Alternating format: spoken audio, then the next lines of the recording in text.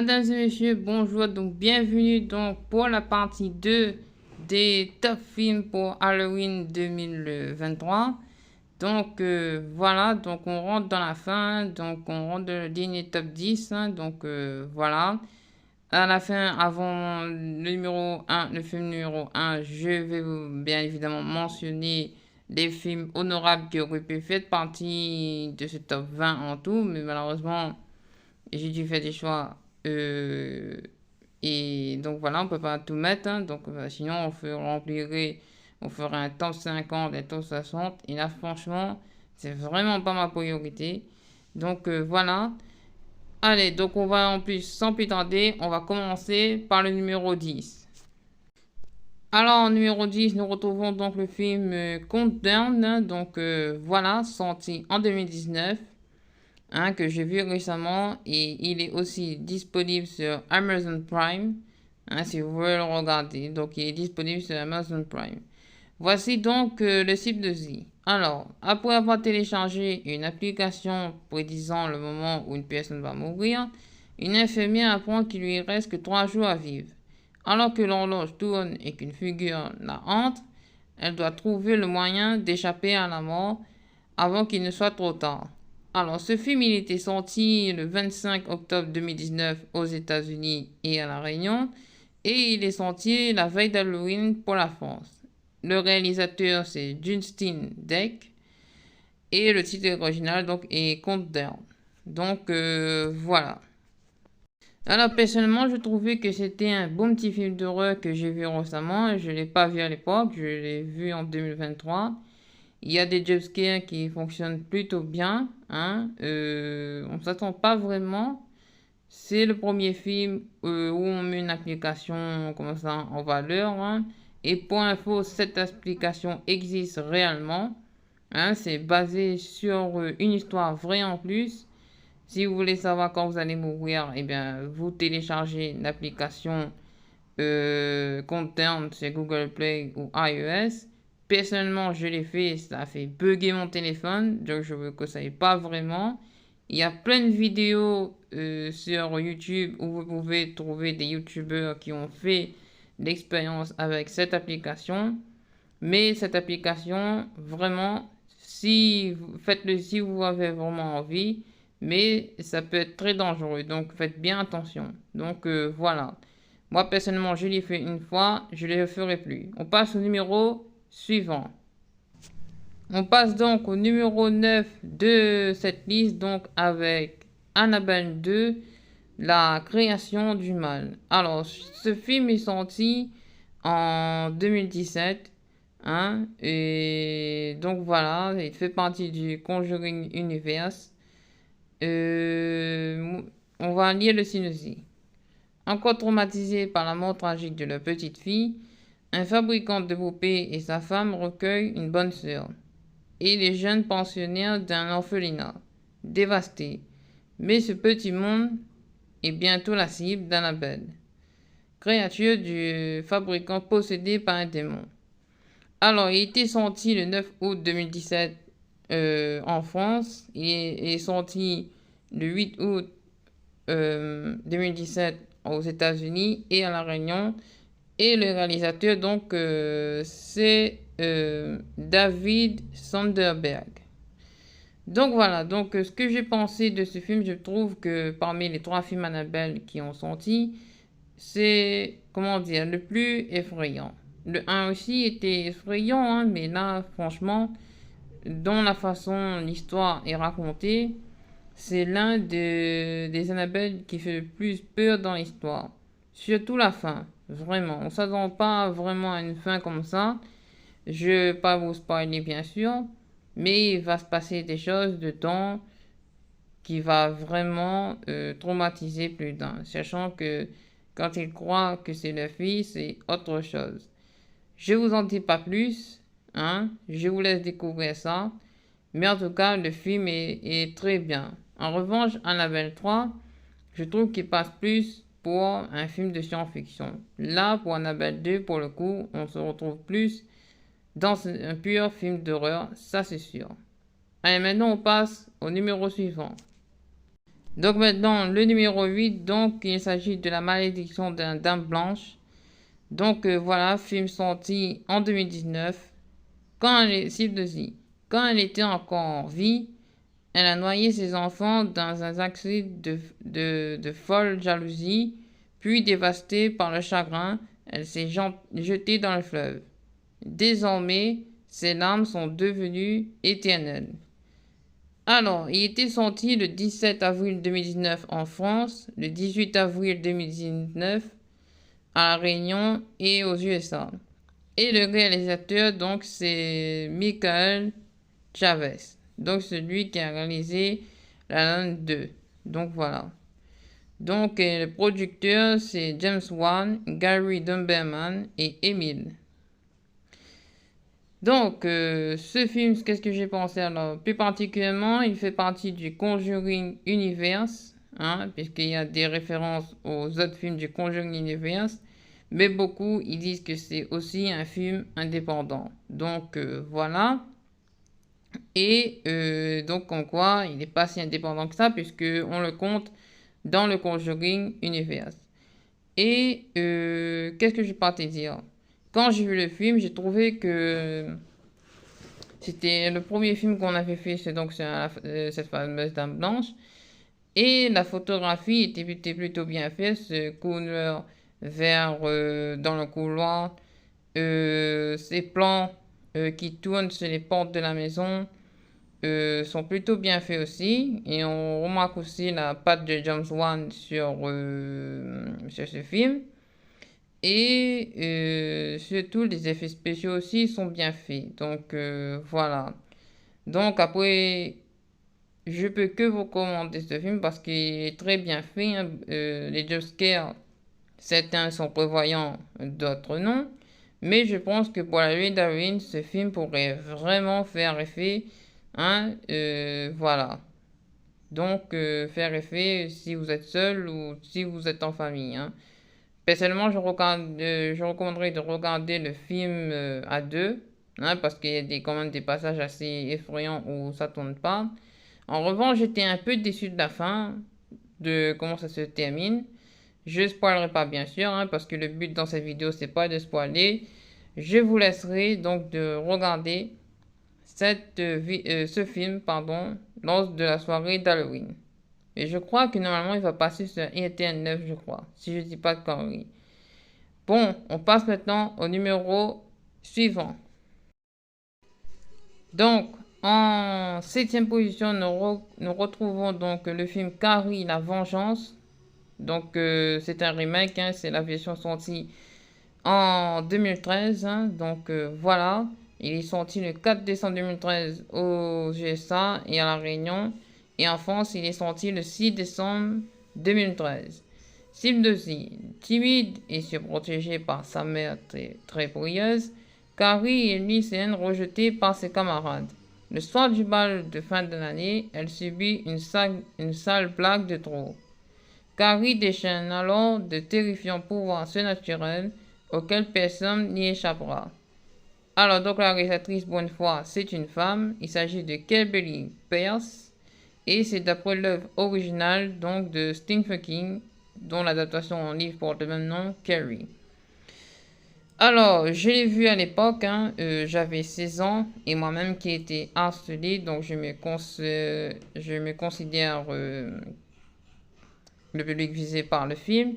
Je trouve que la vengeance de ce film est très bien retranscrite, vraiment. La blague de trop dans ce film est vraiment insupportable. Les camarades qui passent son temps à la rajouter, à détester. Le mec qui est complice avec les autres camarades qui veulent faire des blagues, pardon. Je trouve que sincèrement ça se fait pas, donc voilà. Et en plus, sa mère qui est à la maison la harcèle. À un moment donné, elle pète un câble et donc il va se passer des choses assez fun, je trouve, et plutôt drôle. Même si par le moment c'est assez terrifiant. Mais quand on voit ça, on dit que c'est bien fait pour eux. Donc voilà. C'est un très bon film, je vous recommande pour le soir d'Halloween. On passe au suivant maintenant. Maintenant, on passe donc au numéro 6. Il s'agit de Poltergeist. Alors, c'est pas l'ancienne version. J'ai vu la fiche de l'ancienne version, mais j'étais pas si emballé que ça. Et un jour, j'étais occupé à rien faire. Et quand la nouvelle version est sortie, j'ai regardé donc tout simplement la nouvelle version de Poltergeist. Alors, Poltergeist, le site nous raconte quoi? La famille Bowen emménage dans une belle maison des quartiers résidentiels. Tout ce qu'il y a de plus tranquille. L'occasion d'un nouveau départ pour Eric, le père de famille, qui vient d'être licencié, pour sa femme amie, romancière, qui compte en profiter pour se plonger dans l'écriture, et pour leurs 3 enfants. En dehors de Condra, en pleine crise d'adolescence, tout le monde semble ravi d'intégrer les lieux. Donc voilà. Qu'est-ce que je partais dire? Ce film, quand il est sorti à l'époque, j'en ai pas vu non plus. Je l'ai vu donc l'année dernière. Et franchement, c'est même malgré que c'est vraiment un film pour enfants, hein, donc voilà, le film préféré pour enfants, pour les enfants, peut-être pas en tant qu'adulte, mais pour les enfants, oui, ça peut faire peur. Mais franchement, je trouve que ça fait vraiment film de science-fiction et pas vraiment film d'horreur. À la limite, quelques passages, voilà. Il y a aussi quelques passages plutôt graves qui sont plutôt bizarres. Hein? Donc voilà, il y a des têtes qui viennent et tu te dis mais qu'est-ce que c'est que ça? Voilà, mais sinon, il n'y a pas vraiment de grand-chose effrayant dans ce film. Hein? Je sais pas, je peux pas le comparer à l'ancienne version parce que je n'ai pas vu. Mais je vous le conseille quand même. On passe au numéro suivant. On passe maintenant au numéro 5. Il s'agit d'un film très récemment sorti sur nos écrans. Le Croque-Mitaine, The Bogeyman, en version originale. Il est sorti le 31 mai 2023 aux USA, à La Réunion et aussi en France pour le coup. Donc voilà. Le réalisateur c'est Rob Savage. La musique c'est Patrick Johnson. Et le scénario, il y a 3 scénaristes, Scott Beck, Brian Woods, Mark Heyman et la société de production c'est la 21 Entertainment 20 et la 20th Century Studio et non plus Fox. Donc maintenant, s'il nous dit Sadie Harper, une jeune lycéenne et sa petite sœur Sower sont encore sous le choc de la mort récente de leur mère. Dévasté par sa propre douleur, leur père, Will, thérapeute de profession, ne leur prodigue ni le soutien ni l'affection qu'elle tente de lui réclamer. Alors voilà, la critique, elle est disponible sur cette chaîne YouTube. Je vous invite à aller voir ce que j'ai pensé. Hein. En même temps, il y a aussi la critique de There's Something Wrong with the Children. Les enfants sont bizarres, que je vous déconseille. Mais par contre, le croque-mitaine est très bien. Donc voilà, j'en dis pas plus, allez voir la critique. On passe au numéro suivant. On passe maintenant au numéro 4. Il s'agit donc du tout premier film du Conjuring Universe. Hein. Donc voilà, il s'agit de The Conjuring sorti en 2013. Il est sorti le 19 août 2013 aux USA et à La Réunion et le 21 août 2013 en France. Et le réalisateur, bien évidemment, c'est James Wan. Voici donc le synopsis. L'histoire horrible mais vraie d'Ed et Lauren Warren, enquête paranormale répétée dans le monde entier. Venu en aide à une famille terrorisée par une présence inquiétante dans leur ferme isolée, contraint d'affronter une créature démoniaque d'une force redoutable. Les Warren se retrouvent face à l'affaire la plus terrifiante de leur carrière. Alors personnellement, quand j'ai vu ce film à l'époque, il m'a terrifié. Hein. La scène de l'armoire, la scène avec le chien. Personnellement, je trouvais ce film, c'était le film le plus effrayant que j'avais trouvé après Paranormal Activity, vraiment. Et franchement, je trouve qu'aujourd'hui, malgré que, bien évidemment, dans le Conjuring Universe, il y a d'autres films qui fassent encore plus peur que lui, hein, comme La Nonne 2, Conjuring 2, je trouve qu'il a encore cet aspect effrayant. Donc voilà, je sens qu'il y a une bonne photographie aussi sur le film. Les personnages sont plutôt attachants. La fin est spectaculaire, je dirais. Hein, on ne s'attend pas à cette fin. Donc voilà. Et heureusement que ça a eu trois autres suites. Bien évidemment, moi j'ai préféré Conjuring 1, Conjuring 2. Le 3, j'ai beaucoup moins aimé. Donc voilà, on passe maintenant au numéro suivant. On passe donc à la troisième page du podium avec The Conjuring 2. Donc, hein, je vous ai dit, donc voilà, ce film fait plus peur que Conjuring 1, je trouve. Donc voilà, là on va encore plus à fond dans le délire horrifique. Voici donc le synopsis. En 1976, Lauren et Ed Warren, spécialisés dans les forces occultes, enquêtent sur les meurtres d'Amityville pour déterminer si ce père de famille qui a massacré les siens était possédé. Suite à des visions théorisantes d'une œuvre diabolique et de la mort de son époux, Lauren décide d'arrêter d'utiliser ses dons pour les protéger. Un an plus tard, le couple accepte cependant de venir en aide à une famille à Londres, attaquée par un démon qui a pris possession d'un enfant. Donc, le film est sorti en 2016. Il était sorti le 27 juin 2016 aux USA et à La Réunion. Et il est sorti 3 jours plus tard, 29 juin 2016, en France. Donc, quand j'ai vu ce film, franchement, au début, quand je savais que l'histoire allait passer en Angleterre, j'étais pas très sceptique. J'aurais préféré que ça se passe aux USA même, mais pas forcément en Angleterre. Je suis pas vraiment fan de ce pays. J'aurais préféré que ça se passe dans l'Amityville américain. Donc voilà. Mais ensuite, en visionnant le film, je me dis que c'était pas mal que ça et que c'était plutôt bien fait. Donc voilà. On passe maintenant au prochain film. Alors on passe donc, voilà, on s'en rapproche tout doucement de la première place. Mais là on est à la deuxième place, donc il s'agit donc le Labyrinthe de Pan, qui était sorti le 1er novembre 2006 en France et le 2 novembre 2006 aux États-Unis et à La Réunion. Et le réalisateur c'est Guillaume del Toro. Synopsis. Espagne 1944, fin de la guerre. Carmen, récemment remariée, s'installe avec sa fille Ophélia chez son nouvel époux. La très autoritaire Vidal, capitaine de l'armée franquise, alors que la jeune fille se fait difficilement à sa nouvelle vie, elle découvre près de la grande maison familiale un mystérieux labyrinthe. Pan, le gardien des lieux, une étrange créature magique et démoniaque, va lui révéler qu'elle est autre que la princesse disparue des royaumes enchantés. Alors personnellement, ce film, je l'avais vu autant qu'enfant. Et moi, je l'ai trouvé plutôt glauque. Quand on est enfant, il y a des créatures qui sont plutôt effrayantes. Ça, c'est vraiment glauque ce film, hein. Tout est glauque dans ce film. Vraiment, c'est bien. Mais franchement, oui, c'est un film d'horreur. Vraiment. C'est un petit mélange entre film d'horreur, comédie et science-fiction.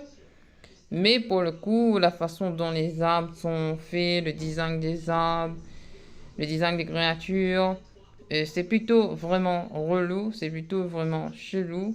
Et là, on sent clairement la patte de Guillaume del Toro sur ce film. Vraiment, pour un enfant, vraiment, il vaut mieux le regarder accompagné parce que ça peut faire peur. Il y a des scènes qui sont assez effrayantes. Mais sinon, ça va, hein. Et je pense que s'il accompagnait, il pourra. Après, c'est vrai que c'est pas peur d'un extrême peur non plus. Mais pour un enfant, oui. En revanche, en tant qu'adulte, ça fait assez enfantin quand même. Donc voilà. Hein, même pour les adolescents aussi, ça fait plus film enfantin. Ça fait plus film de science-fiction. Donc voilà. Alors avant de passer donc au numéro 1, on va tout simplement passer aux mentions honorables. C'est-à-dire que les films j'ai voulu mettre dans cette liste, mais qui n'ont pas pu ou que j'ai pas pu être dans cette liste, hein, parce que sinon on remplissait un top entier avec ces films. Et comme je l'ai dit en début de vidéo, c'est vraiment pas mon but. Donc avant de regarder le vainqueur donc de ce top 20 hein, de films pour Halloween, voici donc quelques mentions honorables. C'est parti. Donc voilà donc les films mentions honorables. Bienvenue à Zombieland, sorti en 2009. Retour à Zombieland, sorti en 2019. Escape Game 2, Tona of Japan, sorti en 2021. Devils, sorti en 2011. Et Phénomènes paranormaux. Alors, petite précision pour Phénomènes paranormaux, c'était vraiment des phénomènes qui sont passés. Ils ont vraiment filmé des phénomènes paranormaux et ils ont réellement tourné un film avec. Hein. Donc voilà, ce sont des vrais effets spéciaux, ce sont de vraies choses. Ça a été confirmé. Donc attention quand vous allez regarder ce film. Et maintenant, donc voici le top 1 de notre top 20 films d'horreur, c'est Silent Hill. Et donc pourquoi ce film? Parce que ce film est tout simplement génialissime. Hein. C'était l'un des premiers films à être adapté, film d'horreur, en dehors de Lara Croft, Tomb Raider, à être adapté au cinéma. Et à l'époque, j'ai joué au jeu et franchement, c'était vraiment très bien fait. Hein? Donc voilà. Cible de Z. De plus en plus souvent, la petite Sharon rêve d'une ville abandonnée, Silent Hill. Sa mère, Rose, décide à comprendre l'étrange mal dont souffre son enfant, décide de l'accompagner sur place. Alors qu'elle pénètre dans cet univers lugubre, Sharon disparaît. Rose se lance à sa poursuite, mais se rend vite compte que ce lieu étrange ne ressemble à rien de normal. Il est sorti le 26 avril 2006 aux États-Unis, en France et à La Réunion. Et le réalisateur, c'est Christophe Gans. La bande originale est Akira Hamaoka et Jeff Dana. Et donc pour un budget donc, de 50 millions de dollars. Et c'est une adaptation, donc jeu vidéo ludique, comme on dit, de Silent Hill sorti sur PS2. Et Xbox aussi, je crois. Moi, je l'avais vu sur Xbox, si c'est bien ça. Hein. PS2 ou Xbox. Mais je crois qu'il était disponible sur les deux plateformes. Et franchement, c'était vraiment très bien fait. Hein. C'était vraiment très bien fait. L'actrice qui cherche sa fille dans une ville abandonnée et qui tombe sur des créatures malaisantes et glauques. Oui, parce que oui, dans les deux derniers tops de ce top, les deux films sont glauques, que ce soit Le Labyrinthe de Pan ou Silent Hill. Surtout Silent Hill qui va encore plus dans le glauque et l'étrange que Le Labyrinthe de Pan, car là on tourne plus sur vraiment un film enfantin. Hein. Quoique, peut-être, je trouve que c'est deux films assez similaires, mais là on va clairement encore sur quelque chose d'un peu plus glauque sur la fin. Et voilà, ce qui rend ce film vraiment génialissime, pardon, et fidèle au jeu. Sur ce, mesdames et messieurs, c'était fini pour ce top. Donc, on a enfin terminé notre top 20 des films d'horreur. Bon Halloween à vous qui allez fêter donc ce soir. Ne mangez pas trop bon, comme je l'ai dit hier. Mais n'oubliez pas de lâcher le pouce bleu. Dites-moi, faites-moi votre top de meilleurs films d'horreur dans les commentaires. N'hésitez pas à vous abonner si ce n'est pas déjà fait. Nous, on se retrouve probablement une prochaine fois pour une prochaine vidéo. Merci d'avoir donc regardé et m'accompagné durant tout ce top. Et ne vous effrayez pas trop. A plus!